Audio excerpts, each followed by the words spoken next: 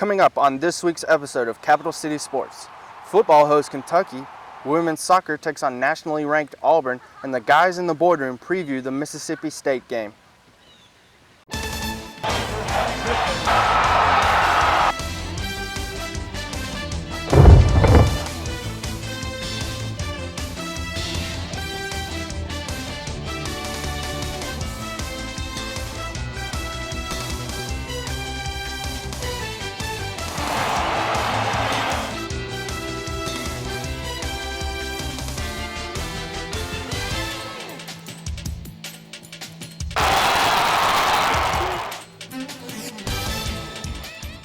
Hello and welcome into Capital City Sports. I'm Hunter Banks. After a heartbreaking loss to Auburn last week, the Gamecock football team looked to get back on track Saturday as they hosted Kentucky. To see how they did, let's send it to Justin Stevens. It's Breast Cancer Awareness Month. The fans are wearing pink, the coaches are wearing pink, the players are wearing pink, and South Carolina hosts Kentucky in an SEC matchup. In the opening kickoff, Bruce Ellington would fumble the ball. Kentucky would get the ball in good field position, but Antonio Allen would shut down the drive and make Kentucky kick a field goal to put them up 3-0. First possession for Connor Shaw, he finds Justice Cunningham for 5 yards, and he would have a remarkable first drive. As next, he would find Rory Anderson down the field at the 37, going all the way to the 20-yard line, where it's set up no other than who but Alshon Jeffrey, doing what he's used to do, doing what he did last year with Steven Garcia. And that would put the score 7-3 for the Gamecocks. Next possession for Kentucky, Josh Clemens tries a little trickery, throws it deep to the wideout, but Stephon Gilmore is there. Stephon Gilmore would have interception and also have 2 other pass breakups in the game. Next Kentucky possession, Morgan Newton would try to force it to his wide receiver, but Victor Hampton is there for the interception. Gamecocks would total 4 interceptions in this game. In a second, Jameer Bird makes a tremendous play, jet sweep, takes the ball, shows his speed. This would set the Gamecocks in good field position. Connor Shaw would go to the back of the end zone to Justice Cunningham, who had 5 receptions, 46 yards, and a touchdown in this game. The next USC possession, Shaw would find Alshon again, corner of the end zone. Alshon went off 6 receptions, 95 yards, 2 touches, and the Gamecocks would go up 20-3. In the third quarter, Shaw keeps on firing as he goes deep down the middle to Nick Jones, a teammate of Marcus Lattimore's in high school, and that would put the Gamecocks up 27-3. After a Jay Wooten field goal, that would make it 30-3. CC Whitlock is making things happen on the defensive end, tips the ball to himself, and this time it gets out of bounds, and this would set up a field goal by Wooten, make it 33-3. Kentucky would continue to make mistakes as Maxwell Smith forces this one. Stephon Gilmore bats it down, and DJ Swearinger is there for the interception. Later in the fourth quarter, Bruce Ellington takes the ball down the sideline, tiptoes his way to the end zone, put the Gamecocks up 40-3.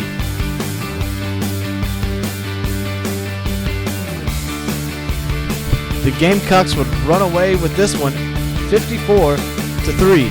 Justin Stevens, Capital City Sports. The offense really exploded this week against Kentucky. To learn a little bit more about it, let's send it to Justin and Chuck in the boardroom. Welcome to the boardroom. I'm Justin Stevens, along with Chuck Ringwalt. And Chuck, how are you doing today? I'm doing good. I'm happy to be on the boardroom. Gamecocks had a big win on Saturday, 54-3, and it all started with Connor Shaw. Yeah, going to the week, they didn't know how Connor Shaw was going to perform. Was he going to perform better than Steven Garcia, or was he going to fail to the expectations that were called upon him? But Shaw really performed against Kentucky. He threw the ball exceptionally well and even ran the ball tremendously. He had 62 rushing yards, and really when the pocket broke down, he really found the open spaces to get out there and pick up some key first downs. And he was 26 for 39 311 passing yards and 4 touchdowns. He came up big when we called on him, and the fans showed it. Oh, And yeah. how about that running game? 288 yards, I believe. Oh yeah, and most of it, wasn't Marcus Lattimore. You think of Marcus Lattimore picking up, that 150. A lot of or people 200. said he was carrying the team. Yeah, and I mean, he was until this point, until they switched over to the spread offense that they're running now with Connor Shaw. It was Lattimore's team. He decided if the Gamecocks were going to win or if they were going to lose. And against Kentucky, he only had 104 rushing yards, no touchdowns. This spread offense, I think, hurts his Heisman candidacy That it does. because he's not going to get as many carries and probably as many touchdowns as he's used to. But running the ball, Bruce Ellington 61 yards, Brandon Wilds 45, Connor Shaw 62, Bird 21, and Thompson and Clifford had combined for 18. So that rushing game really did a lot of damage, and it wasn't because of Marcus Lattimore. Now, you said a little bit about Bruce Ellington. He had that huge run for that touchdown. Oh yeah, Bruce Ellington came up big. They used him a whole bunch against Kentucky. Through the Wildcat, Marcus Lattimore at quarterback, and did a little jet sweep, and he broke that one for a good game. So did Demir Bird. Demir Bird had a big game, but Bruce Ellington, that 61-yard scamper down the sideline, tiptoed his way to the end zone. I know the press was all talking about him after the game. Oh yeah, it really closed out the game against Kentucky. And earlier today, the article in the paper. Earlier Ron today, Morris, yes, Steve Spurrier came in and he did not want to talk. He had a conversation about Ron Morris, writer for the State, had been writing some unfavorable things about the football team, saying that Spurrier had in fact poached on Bruce Ellington to take him away from the basketball team. Yeah, no matter what happened in that situation, I'm glad Ellington is on the football team because he really comes up big for that Gamecock offense. That he does. And that does it for the offense in the boardroom. We'll be back to break down defense after the break. Coming up after the break, Justin and Chuck tell us how the defense did against Kentucky this weekend, and women's soccer hosts Auburn. Stay with us.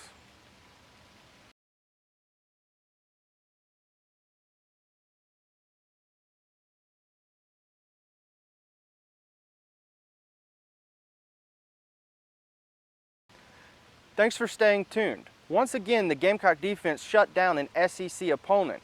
To learn how they managed to shut down Kentucky, let's send it to Justin and Chuck in the boardroom. Welcome back to the boardroom. Right now we're going to break down how the defense worked on Kentucky. They only let up 1 field goal, 3 points. Now, Justin, can you talk about how we stopped the running game? The Gamecocks really filled the box against Kentucky, really stopping that running game. And the thing I noticed is Kentucky tried to do what Auburn did. Auburn, they were able to pound the ball inside with a running quarterback. Kentucky has a running quarterback as well, really tall, really big. He was trying to pound out. He was actually the most successful runner for Kentucky as he had 54 yards rushing, and their running back only 10 yards rushing. So, the Gamecocks really stepped up. The linebackers played in. They didn't really have to worry about the passing game, and the defensive tackles really closed down the middle of the field and really prevented Kentucky from running the ball at all.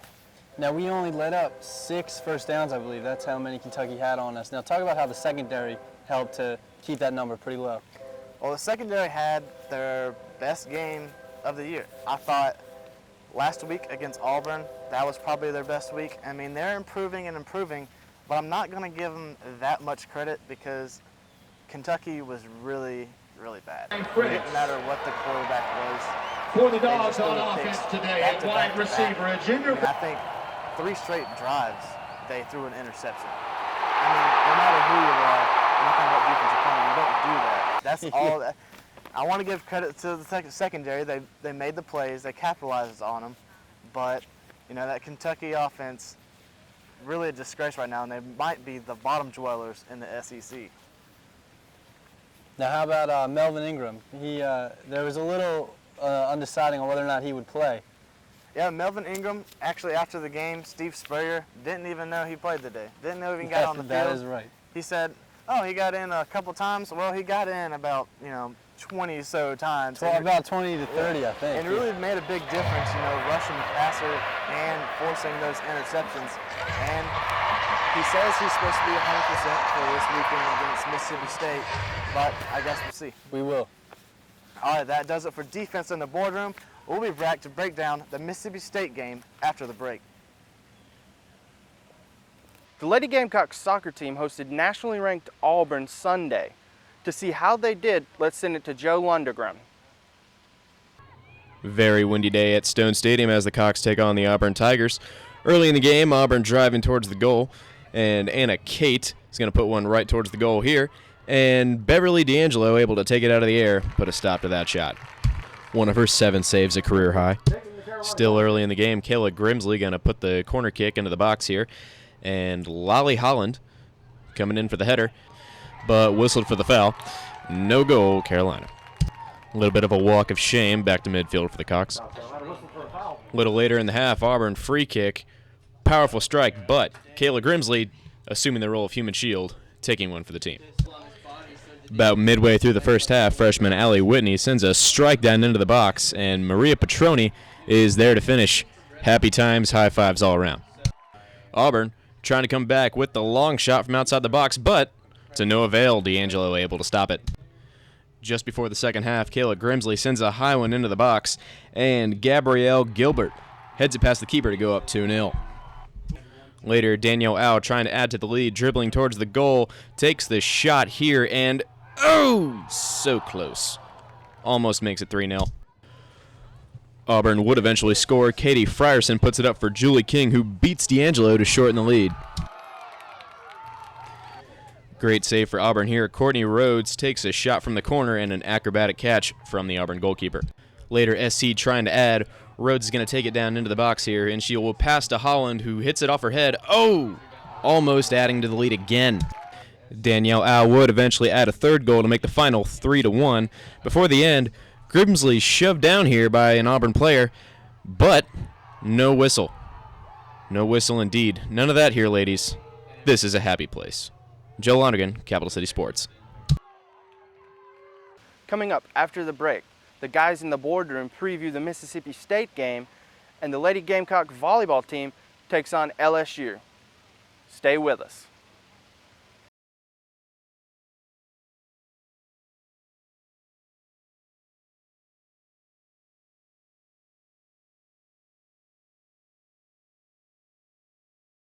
Welcome back. The football team travels to Starkville, Mississippi this week to take on Mississippi State. To learn a little bit about what we can expect from that game, let's send it to Justin and Chuck in the boardroom. Welcome back, everybody. We're here at the boardroom, and we're giving you a preview for Mississippi State next week. Game 7, I believe. Yep, the Gamecocks travel west to Starksville. Hunter Banks for us is going to cover that game. You know, we'll see how it goes, and we'll see how the offense goes. The offense, huge performance against Kentucky. It's probably going to be their best offensive performance of the year. Maybe they'll do a little bit more at Citadel. Versus Citadel. Just because who they are. But I would say, Citadel defense and Kentucky's defense probably the same. But they face a Mississippi State team who's more defensive oriented. They like to keep the score low. They like to waste the clock. And now South Carolina's the opposite way. They run the spread offense. They want to get up down the field quick. They want to score a lot of points. So we'll see how the offense does. This will be the real showing for Connor Shaw. 54-3 could boost his confidence, and whether that boosts it too high or it goes down too low, this will be the true test for whether or not he can withstand in the SEC. Yeah, that's what I was afraid of last week. I wanted Connor Shaw to have a good game, but I didn't want him to have one of those games, and he did have one of those super games. I just don't want his confidence to be so high that he goes into hostile territory, Starksville, Mississippi, and throws just overconfident passes. Thinking the receivers Gotta watch out for be those there. interceptions. Oh yeah, and really first test for Connor Shaw this year, and we'll see how he does. And this is gonna probably determine how the rest of the season is gonna go. That is true. Now, how about our defense? How do you think we're gonna hold up against their offense? The defense is on a hot streak. They're on a hot streak, and I would say that they don't allow Mississippi State to score that many points. It's all up to our offense this week. I think the way they did against Auburn, shutting down the run moderately. Michael Dyer had a pretty good game, but shutting down the passing game, I mean, that was key. I mean, so they only had to, stop the running game. But I think the defense is going to have another big game. I think they're going to hold them under the 100 yards rushing, under 200 yards passing. It just depends on how that Mississippi State's defense does against our offense, I think. Okay. Now you said that their defense likes to keep the score low. Now what do you think the final will be, the outcome of the game?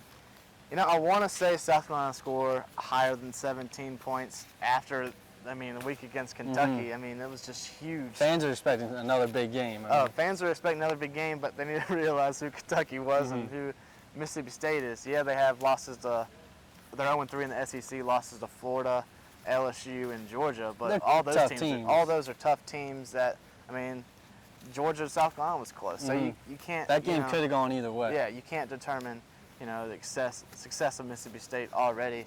But I think Mississippi State implies their defensive strategy, kind of wastes the clock a little bit with the running game. And I'm going to say Gamecocks win 17-14 in a close one. 17-4. Okay, I'm going to have to say 24-17. Gamecocks win. All right. Hopefully the Gamecocks can get the win, get the season rolling and get that SEC East championship and maybe contend with Alabama or LSU. But that's looking hard right now. That's the plan. That's looking hard right now. But, stay tuned next week. We'll break down the Mississippi State game and Gamecocks are bye the next week. So we'll see y'all in a bit.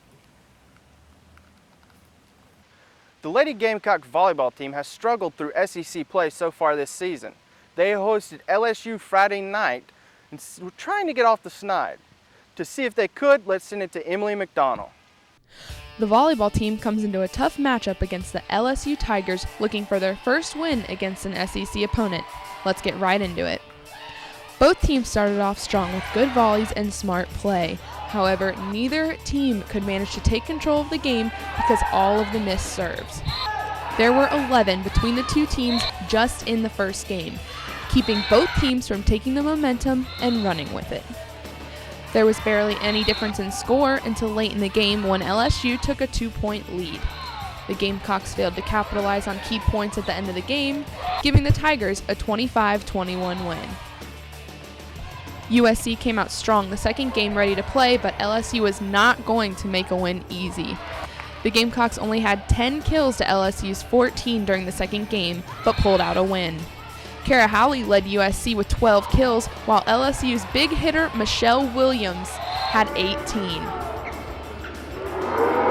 Carolina took the second game with consistent teamwork, 25-23. Everyone expected the Gamecocks to come out strong for the third game, but the same team from the second game did not come to the floor. While they still didn't make it easy for the Tigers, they didn't play nearly as well as they did previously. Carolina lost the third game 18-25. The crowd stayed behind the team till the very end, but it just wasn't enough, and the Gamecocks went on to lose the fourth game 18-25, making their in-conference record 0-6. I'm Emily McDonald, Capital City Sports. Thanks for tuning in to this week's episode of Capital City Sports. If you want to watch this episode again, or if you want to watch any of our past episodes, you can find us on YouTube, SGTV at USC. You can find us at our website, sgtv.sc.edu. And for more information, you can follow us at Twitter at CCS Staff, and you can find us on Facebook. Just search Capital City Sports. For everyone here at Capital City Sports, I'm Hunter Banks. Stay cocky, Carolina.